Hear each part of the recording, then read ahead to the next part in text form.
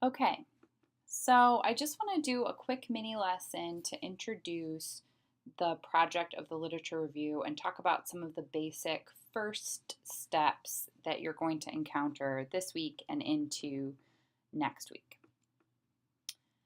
Okay, so I know not everyone has completed your blog number 5 yet, and that's okay. We're still kind of trying to think about your topic and your research question. Some of you, like we talked about in this week's video, already know exactly what you want to be investigating. But if you don't, my advice to you is to narrow what you think you're interested in much, much more. For example, if you're interested in genetic testing, that's far too broad just to start. Like, just to say, hey, my topic is genetic testing, that is way too broad to even be attempted in an 8 to 10 page literature review like we're going to be writing. What you need to do is to get that topic much narrower. Now, one step narrower might be to say something like, okay, I'm going to look at genetic testing methods in breast cancer patients. But even that is actually still too broad. Something that would be even better, far more precise, would be to get at a particular question or issue or controversy within the more narrow topic. So, why don't some women choose to get genetic testing for breast cancer? Now we're getting at a very precise question. It's not a yes or no question. It's a question that's going to have a complicated and arguable set of answers.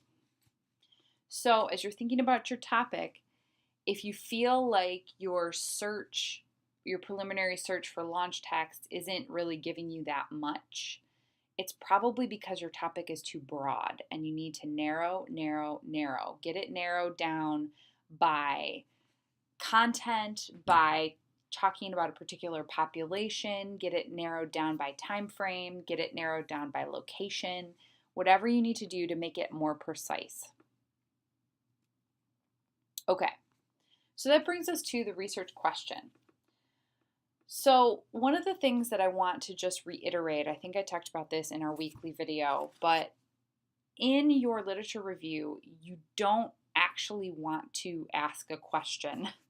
You want to translate your research question, the thing that generated your search through all of the secondary sources, and you want to translate it into an argumentative claim.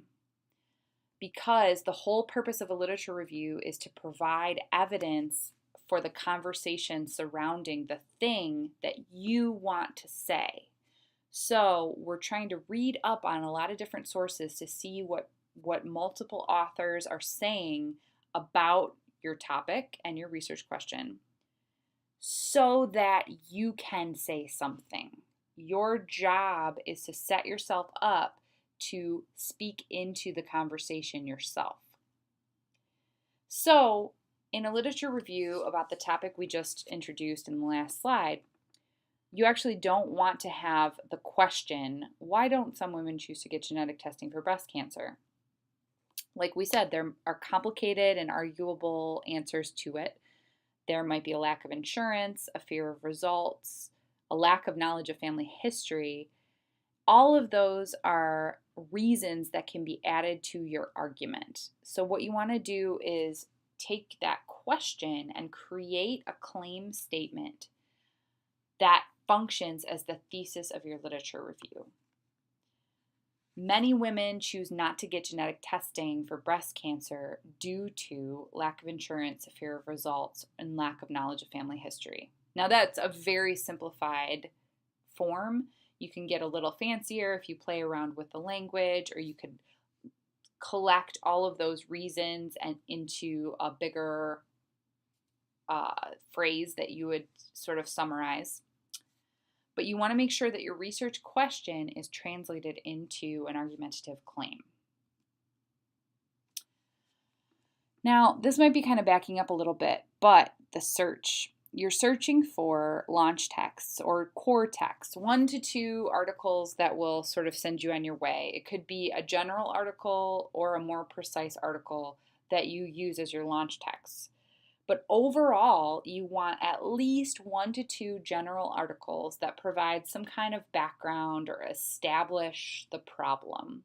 So maybe a couple of articles about genetic testing or the populations that tend to take advantage of genetic testing. Those would sort of set up the background. Maybe even the development of genetic testing and when it was introduced.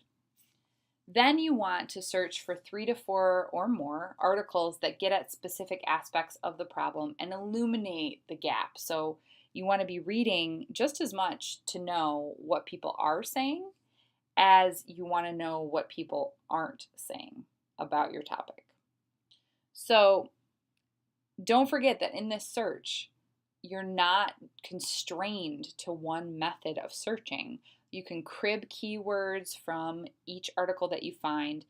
You might not even use that article, but if it generates some keywords for you or if it provides you with some citations, then it was useful in your search. Keep going until you find the most precise articles.